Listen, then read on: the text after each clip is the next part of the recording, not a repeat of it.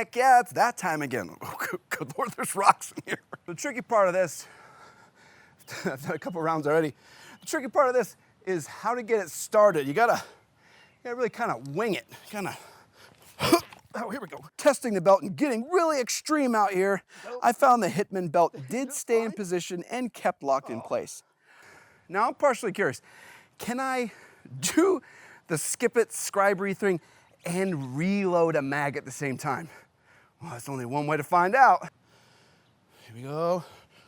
Okay, draw. There's already magazine in there. Hey. Oh! Here we go, for real.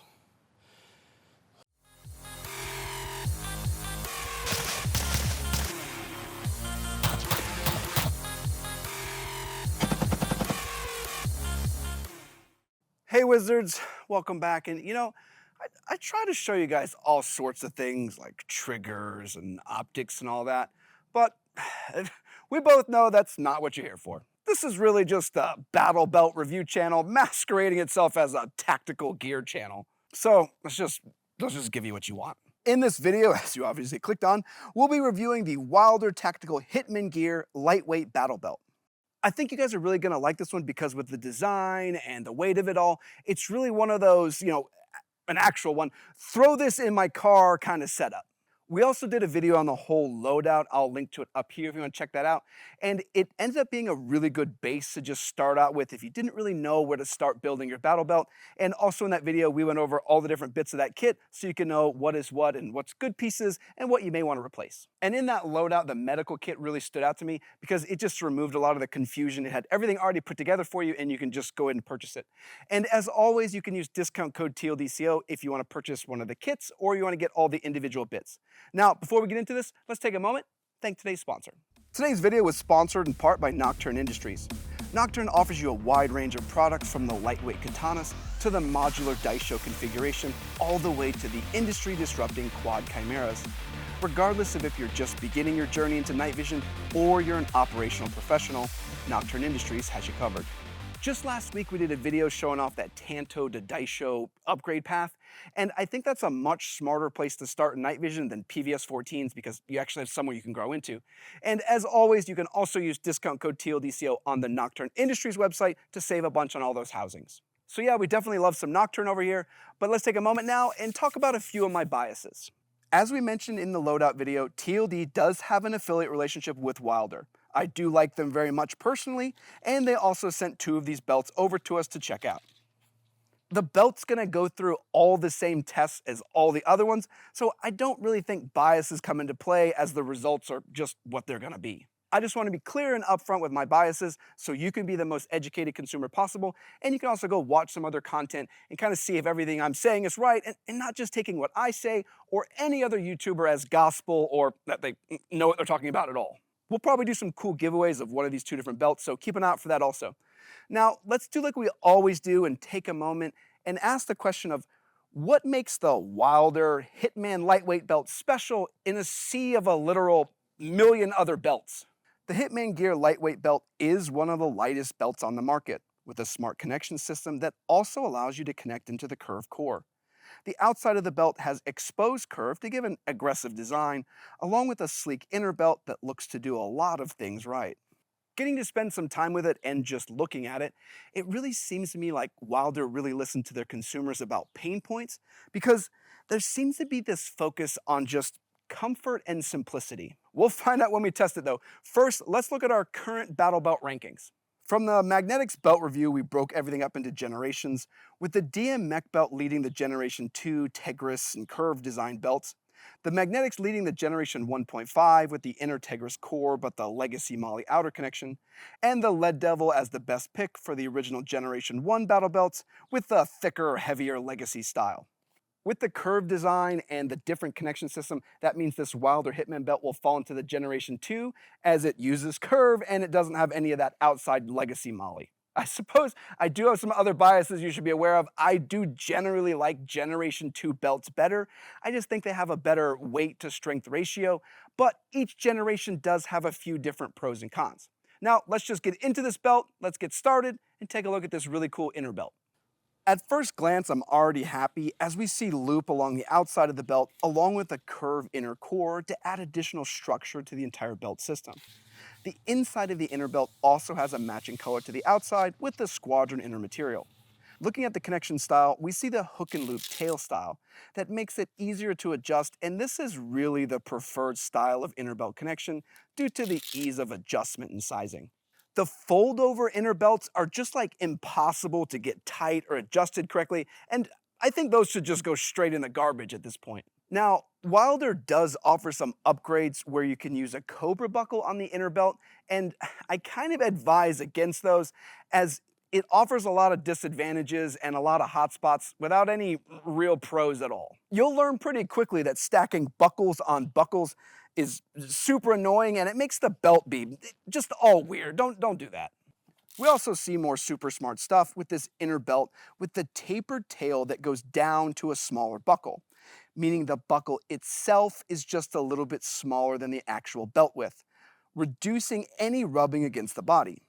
Now, what's interesting is we just talked about wanting this in some previous belt reviews, and it's perfect because you won't have a buckle or any other random metal bits just chewing into your body all day. I also like you can move it around and you can offset it if you EDC or want it in a different position, and you don't have to worry about where that little buckle thingy's positioned. Overall, we see something rare here with a base for our belt that is done incredibly well. It's simple Tegris reinforced with a design to minimize hotspots. It's just how an inner belt should always be done. I think it's just important that companies understand that with inner belts, you don't need a bunch of whiz bangs and a whole bunch of wonky features just added in there. You need an inner belt that just does everything right, and this one does exactly that. Now let's move on to the next piece though, and take a look at this outer belt. Starting with the outside, Wilder starts out impressing me already with the same curved reinforced inner core that uses a rear pocket design to allow pouches to connect into the core structure of the belt. Think DM mech belt, it's kind of the same thing, but they use like some tabs, like these screw-in tabs, instead of the DM Molly Plus hook and loop system. The hexagons don't do anything functionally, like you can't route your Molly through it. It really just serves to give it a unique look and set it apart from other belts on the market. One thing I do want to note is that this belt doesn't wrap around on itself in any way, so the two ends are only connected by the center buckle portion. A lot of newer Generation 2 belts have a double attachment method, which adds structure to the whole belt when worn. And this is something I'm kind of waffling on whether or not I want to see here, like if I like it so lightweight, or is it teetering on the edge of being a little bit too minimalistic? Now for that connection system, we again see a taper design to allow for smaller overall buckles. There are also two different available buckle styles. The first is the tried and true Cobra Buckle. Here we see the smaller Cobra Buckle style that, like the inner belt, is smaller than the width of the belt, preventing hotspots and keeping the whole system lightweight. I say lightweight, and this belt really is. I just think it's always funny. So many people ask me how much something weighs. Like, how many ounces is that belt? And then they load it all up and add like 20 pounds to it and proceed to give me like full-on brain damage. Yes, though, we will weigh it all though, and I'll give you all that. It weighs literal ounces, and you can add in your 3 dump pouches and your 20 mags. The other belt option is the V-Buckle that uses a magnet attachment system.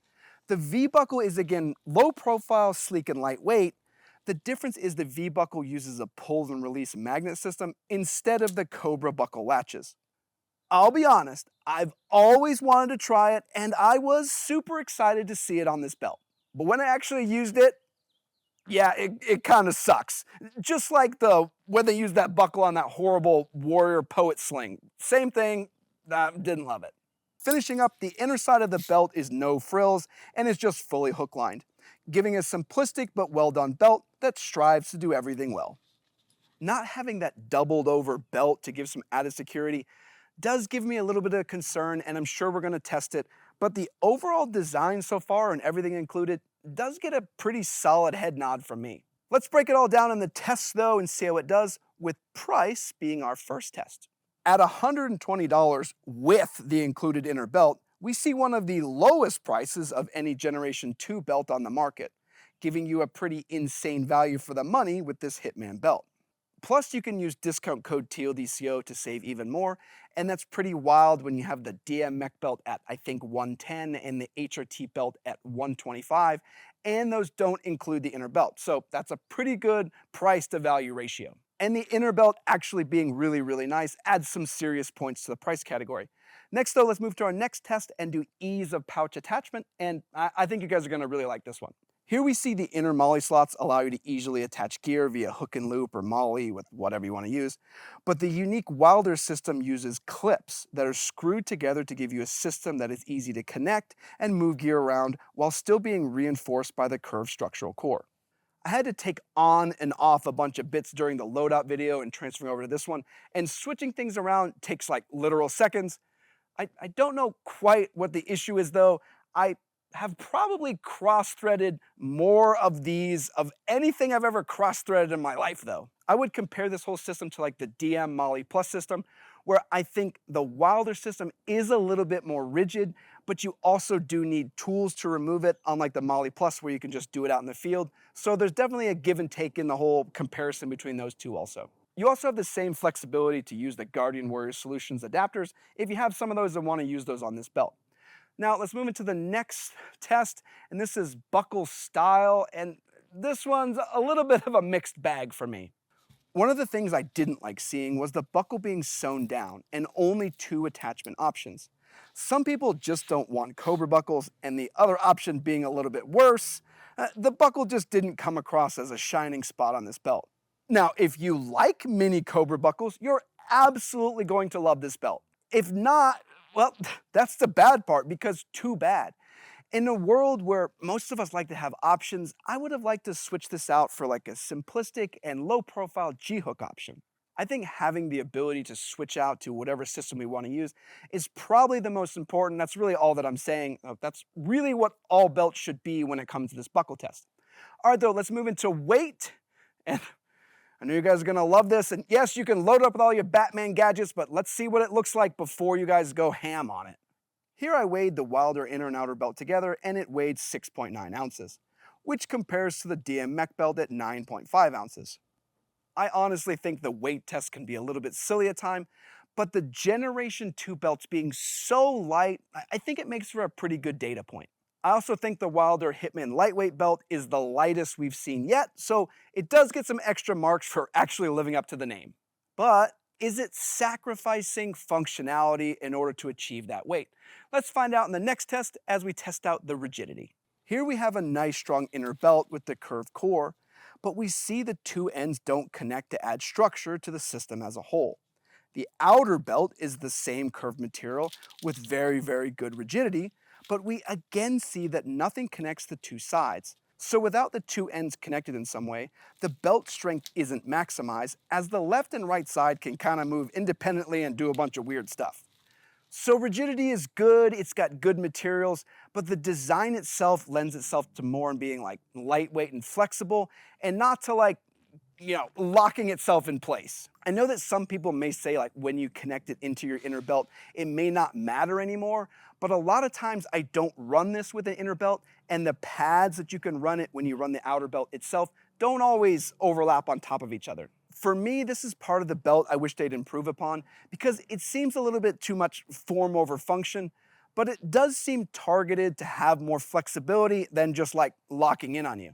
Now, for the next test, let's keep this moving. This is one we've talked about a good bit now, and it's going to be the inner belt design.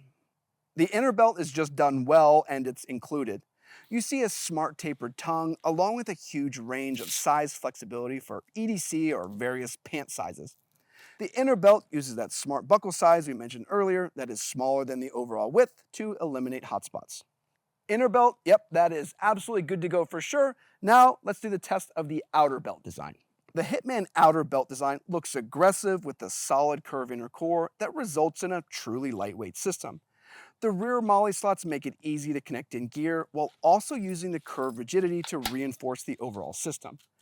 The lack of a connection system between both front sides is a bit that should be noted, as there also isn't any hook and loop along the front, which means you could have large areas with no connection at all to your inner belt. I probably would have had a more like Wilder themed shape for the laser cut design, but hey, that's just me. All right, though, on to the last test. This is going to be the inner and outer belt adhesion test, and we can go test it out and see if anything I said actually matters or not. Heck yeah, it's that time again. Oh, good Lord, there's rocks in here. The tricky part of this, I've done a couple rounds already. The tricky part of this is how to get it started. You gotta really kind of wing it, oh, here we go. Testing the belt and getting really extreme out here. I found the Hitman belt did stay in position and kept locked in place. Now I'm partially curious, can I do the skip it, scribe breathe thing and reload a mag at the same time? Well, there's only one way to find out. Here we go. Okay, draw. There's already magazine in there. Hey. Oh! Here we go, for real. Draw. Come on, reload. Drop the mag and reload. That's extreme. While everything did stay in place, it was a bit looser, and I did find myself missing that additional structure with having both sides connected together. Retrieving mags for anything up front didn't give me that confidence and position that other Generation 2 belts are really known for. It's a trade-off in design too. Like, while it's rigid and it's got good structure to it, it's not like locked in place, so that's something you kind of have to weigh as a consumer into what belt you kind of want to have.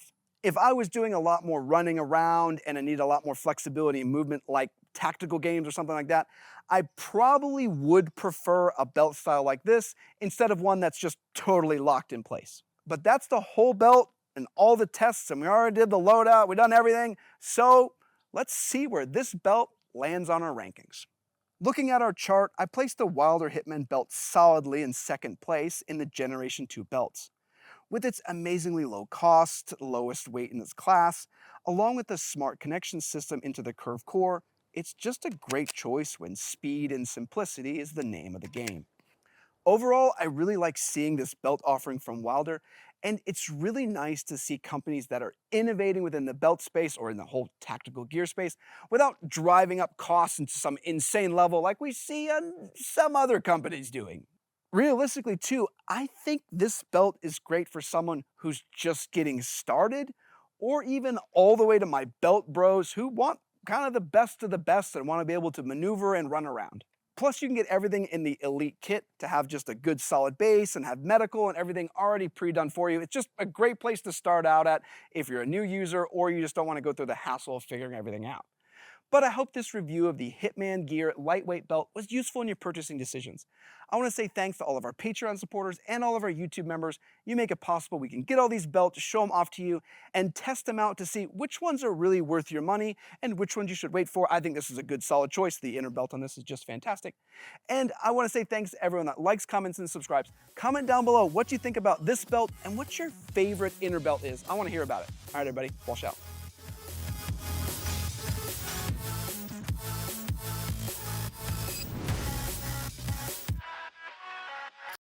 So before you guys yell at me, I have realized that the Wilder, the articulating part of this, is some sort of unobtainium plastic. So I've mentioned it a lot, and I really love this thing. No, trash can apparently, trash man. But it's very hard to find. So if you find these or they're on sale, I don't think they're currently on the Wilder website for some reason, buy them because they are super amazing. They hook into everything else and they work with a bunch of other holster systems. So they're great and they let you move your leg around. I just don't know why they show up sometimes and then not other times. Maybe you guys can let me know down in the comments as to why they do that. It doesn't make any sense. I think we're all just waiting for me to tell you that the main reason I love this so much, and Jason will tell you, is from the hexagons. Like that's what makes this belt better than anything else on the market. I still haven't got the little adapters to rotate these. I need to do that. And this would probably be one of my favorite go-to belts. Once I fix that, because then you can line it up better with plate carriers and everything else. Overall though, yeah, I really do like this. It's a good setup. Just basic, simple, inexpensive, easy. All right, everybody. If you're wondering, it's cloudy out today. So that's why it's like surface of the sun bright and then completely dark because I have to change the camera every single time the sun goes behind the clouds. So I hope you dealt with it just fine. All right, that's it. For real. I'm really gone this time.